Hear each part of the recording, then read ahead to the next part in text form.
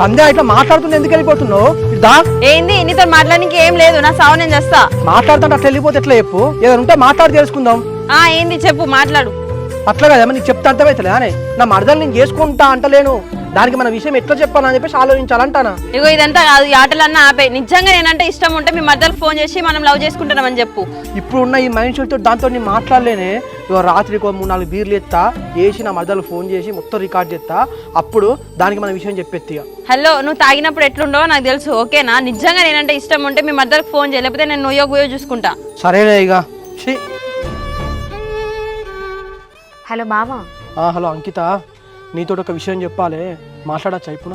మాట్లాడు బావా, చెప్పు ఏంటో. నిజం చెప్తున్నా అంకిత, నువ్వంటే నాకు నిజంగా చాలా ఇష్టం ఉండే.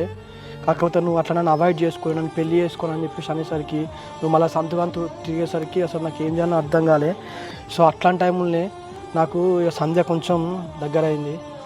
సంధ్య అంటే మీ జూనియరే కదా, మీరిద్దరు ఫ్రెండ్సే కదా? అప్పుడు ఫ్రెండ్స్ లానే ఉండే అంకిత.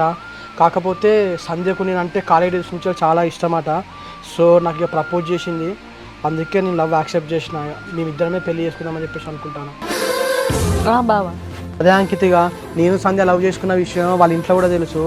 సో అందుకే ఇక మీ ఇద్దరం కలిసి పెళ్లి చేసుకుందాం అనుకుంటాను. ఈ విషయం నీకు ఎట్లా చెప్పాలా అని చెప్పేసి నేను కూడా ఆలోచించిన.